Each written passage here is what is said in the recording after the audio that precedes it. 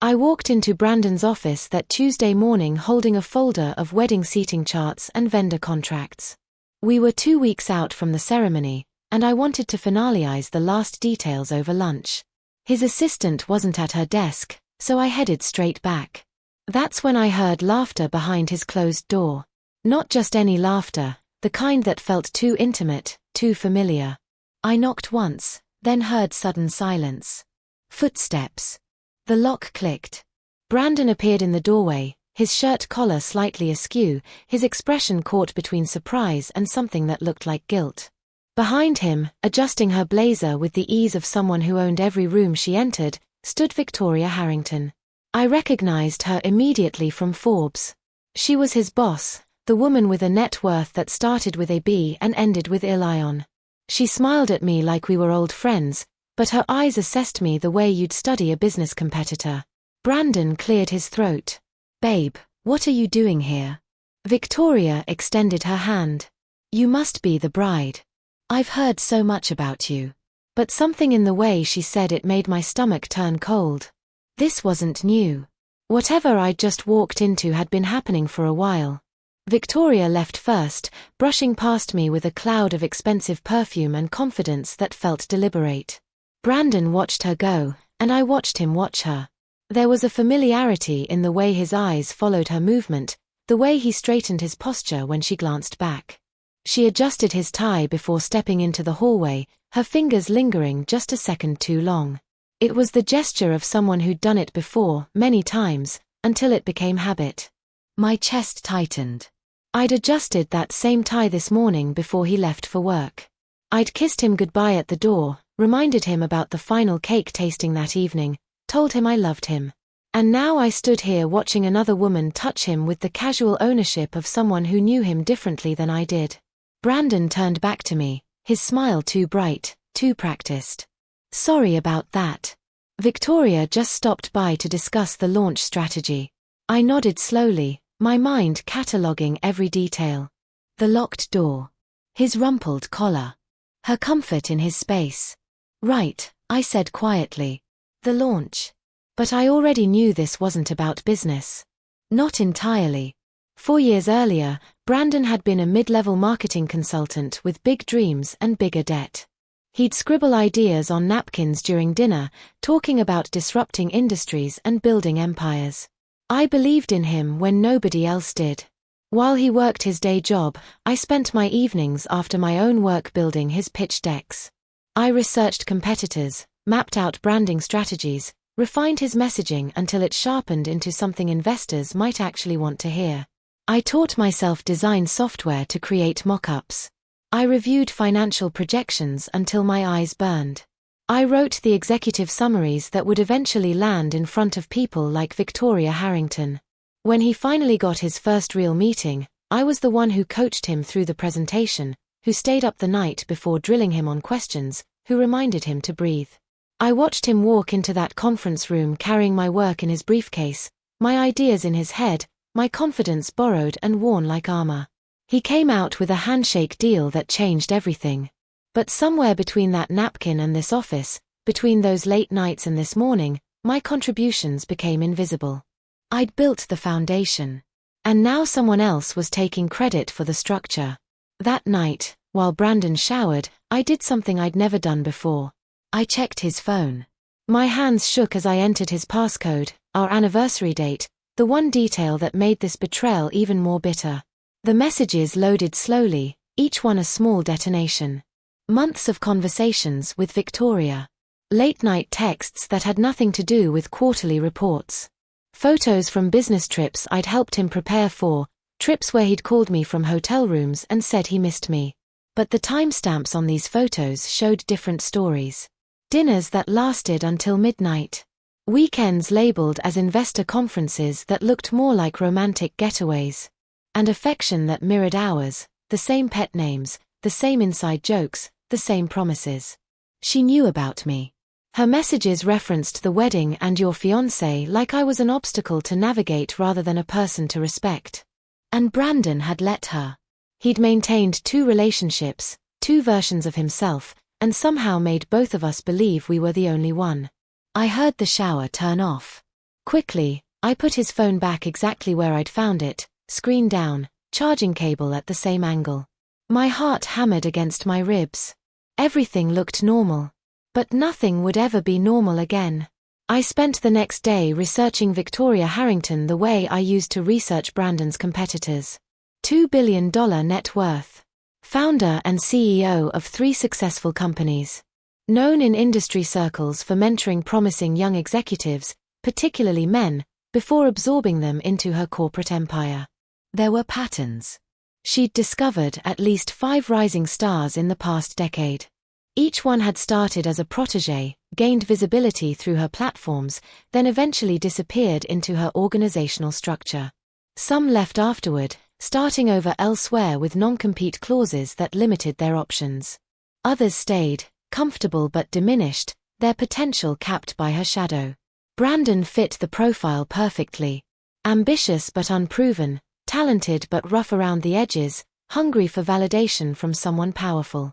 I'd provided the foundation, the unglamorous work of building something from nothing. But Victoria offered something I couldn't: instant credibility, access to rooms I'd never enter, the intoxicating drug of being chosen by someone who didn't have to choose you. I wasn't competition in her eyes. I was the foundation she'd stepped on to reach him. The invisible labor she'd benefit from without acknowledgement. And Brandon had let her because being wanted by someone like Victoria Harrington meant more than remembering who'd wanted him first. That evening over dinner, I tested him. I asked casually how work was going, whether the launch timeline was still on track. Brandon's face lit up the way it always did when he talked about his success. "Victoria's been incredible," he said, cutting into his steak. "She believed in this project early. Saw the potential when everyone else was skeptical." I took a slow sip of wine, letting silence do its work. "She took a real risk on me," he continued. "Not many people in her position would invest this much time in developing someone's vision." I set down my glass carefully. "When did she first see the project?" He paused, just briefly. "About 2 years ago. She brought me in specifically to lead this. 2 years ago. 6 months after I'd helped him refine the concept. After I'd built the presentation that landed him the interview. After I'd restructured his entire approach based on market research I'd done on weekends. Victoria hadn't discovered his vision. She'd discovered my work wearing his name. And he'd rewritten history so smoothly, I wondered if he even remembered the truth. "That's amazing," I said quietly. "It must feel good to have someone believe in you." He reached across the table and squeezed my hand. "You've always believed in me, babe.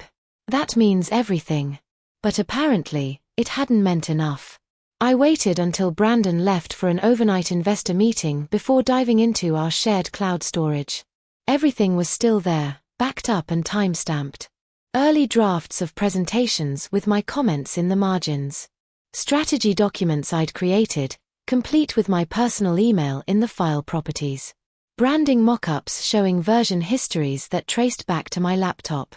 Marketing frameworks I'd built after researching Victoria's previous ventures, trying to understand what would appeal to someone like her. Every presentation Victoria had praised, every strategy she'd championed, every innovation she'd credited to Brandon's brilliance bore my fingerprints. The dates didn't lie. I'd created most of this content months before Brandon even met Victoria. But somewhere in the translation from our apartment to her boardroom, attribution had shifted. My contributions became his ideas. My research became his insights. My late nights became his dedication. I started downloading everything systematically, organizing files by date and contribution type. I wasn't sure yet what I'd do with this evidence, but I knew one thing clearly. They'd built his credibility on my invisible labor. And invisible things had a way of becoming visible when you knew where to shine the light. The next morning, I confirmed appetizer selections with the caterer. I approved the final flower arrangements. I addressed the last batch of thank you notes for wedding gifts that had started arriving early. I played the role of excited bride with practiced ease, smiling through tastings and consultations while my mind worked through darker calculations. Brandon watched me with visible relief. He'd been tense since I'd shown up at his office, probably worried I'd sensed something. But my return to wedding planning reassured him. Everything looked normal. Behind that normalcy, I backed up 4 years of emails. I saved screenshots of collaborative documents. I documented every piece of evidence that proved my role in building the foundation of his success. He started acting different as the wedding approached. More confident, almost cocky. He talked about the future like it was something he'd earned alone, plans that somehow never quite included me beyond the role of supportive wife. When I asked about my potential involvement in the company post-launch, he kissed my forehead and said, "Let's focus on the wedding first. We'll figure out the rest later." Later. That word carried so much dismissal. As if my contributions were negotiable, as if my role was still being decided, as if I hadn't already decided it myself 4 years ago when I chose to build his dream with him. He'd started feeling invincible. That would be his first mistake. Victoria's assistant called me on Thursday. "Ms. Harrington would like to meet with you, if you're available."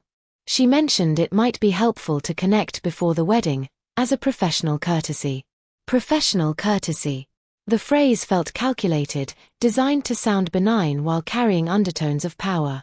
I agreed to coffee that afternoon at a cafe near her office building, neutral territory that somehow still felt like hers. She arrived exactly on time, dressed in the kind of effortless expensive clothing that came from having stylists on retainer. We ordered, exchanged pleasantries about the weather and the neighborhood. Then she got to the point. "I wanted to meet you because Brandon speaks so highly of you, and I thought we should know each other. Especially given how closely he and I work together." She smiled, but it didn't reach her eyes. These next few months will be intense for him. The launch, the media attention, the pressure. I want to make sure he has the support he needs. I nodded, my hands wrapped around my coffee cup. Of course. I want what's best for him. "I'm glad we agree," she said. Sometimes relationships evolve as careers accelerate. People outgrow old patterns. I've seen it many times. She paused, studying my reaction. "You seem like a smart woman. I'm sure you'll land on your feet, whatever happens." And there it was, delivered with surgical precision and plausible deniability. She assumed I was disposable. She already knew what she wanted. And she'd decided I wouldn't fight. I left that meeting with perfect clarity. Victoria had shown me exactly who she was, someone who viewed people as assets to acquire or obstacles to remove. She'd assessed me and found me manageable, a problem that would solve itself once she applied the right pressure. She'd probably done this before. Identified what she wanted, calculated the path of least resistance, executed with ruthless efficiency. In her world, people like me were temporary. Brandon was the prize. I was just the girlfriend who'd served her purpose and could now be dismissed with patronizing kindness and subtle threats. But she'd made 3 critical miscalculations. First, she assumed I'd be emotional rather than strategic. Second, she believed Brandon's value existed independent of my contributions. Third, she thought I wouldn't fight because I didn't look like someone who knew how. That evening, I pulled out the contracts from Brandon's early consulting work, the agreements I'd helped him review before he signed anything. We'd been careful then, both of us fresh from hearing horror stories about founders losing their companies. I'd insisted on specific language about intellectual property, about consulting contributions, about equity structures. I found what I was looking for in the third document. A clause I'd drafted myself, covering collaborative work and attribution rights. We'd been protecting him then. Now, that same language might protect me.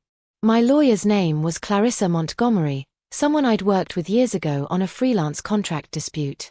She remembered me immediately when I called. We met in her office Saturday morning while Brandon thought I was at a final dress fitting. Clarissa reviewed everything I'd brought with methodical precision. The time-stamped files, the email chains, the cloud storage history showing my authorship. The contracts with the IP language I'd insisted on. "This is solid," she said finally. "Your contributions clearly qualify as intellectual property. The collaborative nature of the work and these agreements give you legitimate claims." She looked up at me. "But timing matters. If you're going to assert these rights, you need to do it strategically. Too early, and they'll have time to restructure around you. Too late, and they'll argue you waited too long to object. When would be optimal timing? I asked. Clarissa smiled slightly. Right before something they can't postpone. Something public where restructuring would be costly or embarrassing. The launch. It was scheduled for 3 weeks after the wedding, a massive event with press coverage already confirmed. If I filed my claim right before that, they'd have to choose between delaying everything or acknowledging my role. Either way, I'd have leverage. Either way, the invisible foundation would suddenly become very, very visible. I'll need to file preliminary paperwork soon, Clarissa said. But we can time the formal assertion for maximum impact. I nodded. Do it. That night, I let Brandon see me cry. Not because I felt like crying, but because he needed to believe I was fragile. He found me on the couch, staring at wedding photos on my laptop. What's wrong? He asked, sitting beside me. I closed the laptop slowly. Are we making a mistake? The question hit him visibly. What? Why would you say that? I don't know. Everything feels different lately. You're distant. Work is consuming you. I'm scared we're not ready. It was a performance, but based on truth. He pulled me close, and I let him. We're not making a mistake, he said firmly. I love you. Work is just intense right now. After the launch, things will calm down. I pulled back slightly. What about Victoria? His body tensed. What about her? She's very involved in your life. More than a typical boss. He chose his words carefully. She's a mentor. This launch is important to both of us. The dynamic is just temporary. Temporary. There was that word again. I'm worried, I whispered. About us. About what happens after the wedding. He kissed my forehead. Don't be. You're my priority. Always. Then, after a long pause, he said, maybe we should postpone the wedding. Just a few months, until after the launch. Less stress for both of us. I looked at him, seeing everything clearly. He wanted more time with Victoria. More time to see if she was the better option. More time before committing to me. I nodded slowly. If you think that's best. Relief crossed his face. He thought he'd won. Victoria announced the restructuring Monday morning via a company-wide email. Brandon would serve as the public face of the new product line, the visionary founder whose innovation was reshaping the industry. Press releases went out within hours. His photo appeared on tech blogs and industry websites. Interviews were scheduled. Suddenly, he was everywhere. And nowhere in any of that coverage was my name. Not in the acknowledgements, not in the background story, not even as a footnote. The product I'd helped conceptualize, the branding I'd developed, the strategy I'd researched was now entirely his creation. Victoria had positioned him perfectly, giving him visibility while keeping control behind the scenes. He'd become the face she could market while she maintained the power. I read through the press materials carefully. They used phrases I'd written, concepts I'd developed, even specific language I remembered crafting at our kitchen table years ago. But attribution had been scrubbed clean. Brandon called me that evening, breathless with excitement. Did you see the coverage? This is incredible. Victoria really came through. I saw it, I said quietly. Your name wasn't anywhere in the materials, he added, almost carefully. I thought you might be upset about that. I let silence stretch between us. I mean, obviously you helped in the early days, he continued, but this is really about the work we've done at the company level. It would be confusing to bring up old contributions now. Old contributions. As if my work had expired. As if foundations didn't matter once buildings stood on top of them. I understand, I said. And I did. I understood everything perfectly. Clarissa called me Tuesday with exactly the news I'd expected. Your IP claims are solid. The documented history of your contributions, combined with the consulting agreements and collaborative language, gives you legitimate standing. If we assert these rights now, they'll have to address them. What are my options? I asked. Several. You could negotiate for formal acknowledgement and equity. You could license your contributions and retain rights. Or you could simply freeze their ability to use materials you created until proper attribution is established. I thought about Victoria's confident smile, Brandon's easy dismissal, the way they'd both erased me while standing on my work. What happens if I assert my rights right before the launch? Chaos, Clarissa said bluntly. They'd have to either delay, which would be expensive and embarrassing, or negotiate with you immediately from a position of weakness. Either way, you'd have significant leverage. And legally, I'm protected. Completely. Your documentation is thorough. The timestamps don't lie. A judge would see clearly that your contributions were foundational. I took a slow breath. Then let's proceed. File everything necessary for me to formally assert my IP rights. Time it for 1 week before the launch. Clarissa paused. Are you sure? This will burn bridges. The bridges are already burned, I said. I'm just making sure everyone can see the ashes. She promised to have everything ready within days. I thanked her and hung up. Then I looked at the calendar, counting down to the moment when invisible work would become impossible to ignore. The rehearsal dinner happened on a Friday, exactly 1 week before the launch and 2 weeks before the original wedding date we'd now postponed. My parents had already paid for the venue, so we kept it as an engagement celebration instead. Brandon seemed relieved by the change, like he'd dodged something without quite naming what. Victoria attended. She'd been invited as his boss and mentor, a professional courtesy that everyone pretended was normal. She wore navy blue and diamonds, understated but impossible to ignore. She congratulated my parents on raising such a lovely daughter, complimented the venue, made small talk with practiced ease. Then she gave a toast. To Brandon, she said, raising her glass. Someone who saw possibility where others saw obstacles. Someone whose vision will reshape how we think about innovation. Someone who reminds us that true success comes from relentless pursuit of excellence. She used my words. Not similar words or paraphrased concepts, but exact phrases I'd written in an early pitch deck, language I'd crafted at 3 in the morning while Brandon slept.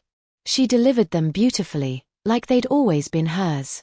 I caught her eye across the room and smiled back, calm and steady. She smiled too, probably thinking I was too naive to recognize my own work. Too polite to cause a scene. Too invested in keeping peace to demand acknowledgement. She had no idea that in exactly 7 days, everything she'd built on my foundation would start to crack. I didn't cancel the wedding. Not immediately. Instead, I let preparations continue, let vendors confirm final details, let RSVPs come in. Brandon relaxed visibly as the week progressed. He'd been tense after suggesting the postponement, probably worried I'd react emotionally. But I'd accepted his decision with grace, even suggested we use the honeymoon deposit for a celebration trip after the launch instead. He loved that idea. It fit perfectly into his new narrative where everything revolved around his career, his success, his timeline. Victoria sent me a gift basket midweek. Champagne and chocolate with a card that read, "To New Beginnings." The message felt deliberately ambiguous, like she was celebrating the launch or perhaps something else entirely. I sent a thank you note, polite and brief. My lawyer called Thursday to confirm everything was ready. The formal assertion of my IP rights would be filed Monday morning, 72 hours before the launch event. She'd drafted language that was airtight, documented with evidence they couldn't dispute. Once this is filed, Clarissa warned, there's no taking it back. Are you absolutely certain? I thought about 4 years of invisible labor. About coffee at 3 a.m. and research on weekends. About believing in someone who'd stopped believing in me the moment someone shinier came along. I'm certain, I said. That night, Brandon and I had dinner at our favorite restaurant. He held my hand across the table and talked about the future, plans that sounded beautiful until I realized they didn't include me, not really. I was scenery in his story now, not a co-author. I'm proud of you, I said. And I meant it. I was proud of who I'd been when I believed in him. I just wasn't that person anymore.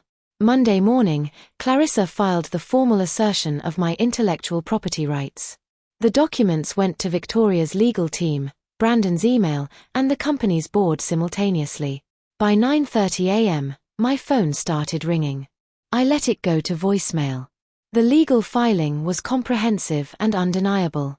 It listed every major contribution I'd made to the project's development, backed by timestamps, cloud storage metadata, email chains, and contract language that protected collaborative work. It cited specific presentations, branding elements, and strategic frameworks that were currently being used in the launch materials, all of which I'd created. It requested immediate cessation of use until proper attribution and compensation were established. Or alternatively, the filing noted, we could negotiate a settlement that included equity, formal acknowledgement, and licensing agreements. Clarissa had been brilliant. She'd given them just enough rope to hang themselves. If they delayed the launch, they'd look incompetent and face massive financial losses. If they proceeded without addressing my claims, they'd be opening themselves to legal action with evidence they couldn't dispute. If they tried to negotiate, they'd be admitting my contributions were essential. By noon, I had 17 missed calls from Brandon and 3 from Victoria's lawyers. I responded to the lawyers through Clarissa. I didn't respond to Brandon at all. Because the truth was, there was nothing left to say. The foundation had just reminded everyone why buildings fall without it. Victoria moved fast. By Tuesday morning, her company issued a statement about reviewing internal attribution processes and ensuring all contributors receive appropriate recognition. It was corporate speak for panic. The tech blogs that had celebrated Brandon's vision now started asking questions. Who else had been involved in the early development? Where did these ideas really come from? How much had been collaborative versus individual work? Victoria's brand was built on discovering talent and launching companies. Having a very public IP dispute right before a major launch threatened everything she'd carefully constructed. She couldn't afford to look predatory or careless. Her lawyers reached out to Clarissa within hours, requesting a meeting. Victoria herself called me directly Wednesday afternoon. I answered this time. "We should talk," she said, her voice tight. "This benefits no one." "It benefits the truth," I replied calmly. "I'm willing to negotiate," she continued. "But you need to understand the damage you're causing. To Brandon's career, to the company, to everyone involved." "I'm not causing damage," I said. "I'm revealing it." She was quiet for a moment. "What do you want?" "Acknowledgement. Equity. My name on the work I created." "That's not possible at this stage. The launch is in 4 days. Then delay the launch," I suggested. "Or proceed and face litigation. Your choice." I could hear her breathing carefully. Victoria Harrington, the woman who'd dismissed me as disposable, was now realizing I held all the cards. "Brandon's destroyed by this," she said, changing tactics. "He loves you. This is killing him." "Then he should have loved me enough not to erase me," I said quietly, and hung up. That was the moment Victoria Harrington learned what every powerful person eventually learns. Foundations matter. And when you build an empire on someone else's invisible labor, you're always one assertion away from collapse. Brandon showed up at my apartment Thursday night. I'd moved out 3 days earlier, something I'd planned carefully. All my belongings were already in a storage unit. The place was empty except for furniture that had come with the lease. He looked wrecked. His eyes were bloodshot, his shirt wrinkled, his usual polish completely gone. "How could you do this?" he asked, his voice breaking. I stood in the doorway, not inviting him inside. "How could I do what, exactly? Tell the truth. You're destroying everything we built." "No," I corrected gently. "I'm claiming what I built. There's a difference." He ran his hands through his hair, agitated. "This isn't about us. This is about the company, the launch, people's jobs. This became about the company the moment you let Victoria erase my contributions. The moment you chose her validation over my respect. I never meant to hurt you," he said. "I know you helped early on, but things evolved." "Things didn't evolve, Brandon. You chose to rewrite history. You chose to let her believe she discovered something when really she discovered my work wearing your name." I pulled out my phone and showed him the screenshots I'd saved. Our early conversations about the project. The timestamps on files I'd created. His own emails from years ago thanking me for specific contributions that were now attributed solely to him. His face paled as he scrolled through the evidence. "I didn't realize," he whispered. "You realized," I said quietly. "You just stopped caring." He looked up at me, desperate. "I'm sorry. I'll fix this. I'll tell Victoria everything. I'll make sure you get credit." "It's too late for that now," I said. "The lawyers are involved. The truth is documented. What happens next isn't up to you anymore. Please," he begged. "I made mistakes. I got caught up in everything. But I love you." I looked at him, this man I'd believed in so completely, and felt nothing but a profound weariness. "You loved what I could do for you," I said. "That's not the same thing." I cancelled the wedding Friday morning. Not with tears or drama, but with emails and phone calls and vendor cancellations. My mother cried, not because she was surprised but because it was finally official. "You're sure?" she asked quietly. "I'm sure," I said. This was never going to work. The story leaked within hours. Someone at the company, probably from Victoria's camp, fed it to a tech blog.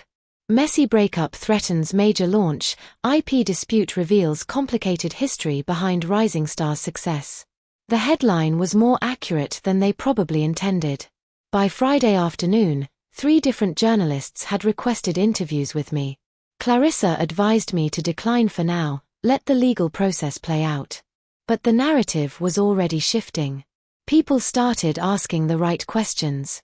How much had been collaborative? Who deserved credit? Why had certain contributions been erased? Brandon's carefully constructed image as a solo visionary was crumbling under basic scrutiny. And Victoria's reputation as a mentor who discovered talent was taking hits too. People wondered if she'd done proper diligence. If she'd overlooked inconvenient truths to acquire someone valuable. If her pattern of absorbing promising young men into her empire involved systematically erasing the people who'd helped build them. The wedding that wasn't happening became the story that was. And somewhere in all that coverage, the foundation stopped being invisible. My name started appearing in articles. My contributions started being acknowledged. The invisible labor became impossible to ignore. The settlement negotiations took 3 weeks. Victoria's lawyers wanted to make the whole thing disappear quietly. My lawyer insisted on public acknowledgement and meaningful equity. We met in the middle, finally, with an agreement that was more than I'd expected but less than I deserved. My name would be added to all historical materials as a co-developer. I'd receive a percentage of equity in the initial product line. Future communications would acknowledge the collaborative nature of the early work. It wasn't everything, but it was something. More importantly, it was truth. The tech industry started paying attention. Not to Brandon's vision or Victoria's discovery, but to the pattern my case revealed. How many other foundational contributors had been erased? How many invisible laborers had built empires they'd never be credited for? Journalists started investigating Victoria's other discoveries. They found similar patterns, assistants, and early collaborators whose work had been absorbed and reattributed. None as documented as mine, but enough to raise serious questions. Her reputation took real damage. The woman who'd built an empire on discovering talent was now seen as someone who exploited it. Brandon became a cautionary tale. The rising star who'd forgotten where his Polish came from. He tried to rebuild, but the shine was gone. People remembered him now as someone who'd needed help to succeed and had repaid that help with erasure. Industry chatter gave me credit not just as a contributor, but as the architect. The person who'd seen potential in a napkin sketch and turned it into something investable. The foundation everyone had been standing on finally got its name carved into the cornerstone. Brandon tried to apologize in August, 3 months after everything fell apart. He sent a long email explaining his perspective, how the pressure had clouded his judgment, how Victoria had been manipulative, how he'd lost sight of what mattered. He blamed ambition. He blamed fear. He blamed Victoria's influence and the intoxication of suddenly being important. He acknowledged, finally, how much I'd contributed. How essential my work had been. How wrong he'd been to let it disappear. Then he asked if we could talk, if there was any possibility of rebuilding, if I could forgive him. I read the email twice, looking for something genuine beneath the justifications. Maybe it was there. Maybe he really did understand what he'd lost. But understanding after consequences isn't the same as understanding before them. I wrote back one sentence. I didn't lose you, I outgrew you. It was the truth, simple and complete. Somewhere between the moment I discovered his betrayal and the moment I asserted my rights, I'd stopped being the person who needed his validation. I'd stopped measuring my worth by his recognition. I'd stopped believing that love meant making myself smaller so someone else could feel bigger. He'd lost me long before the lawyers got involved. He'd lost me the moment he chose comfortable lies over uncomfortable truths. The email was just confirmation. I sent it, blocked his address, and moved forward without looking back. Some bridges aren't worth rebuilding. Some foundations deserve better structures. I relaunched the business concept independently in September. Not as revenge, but as completion.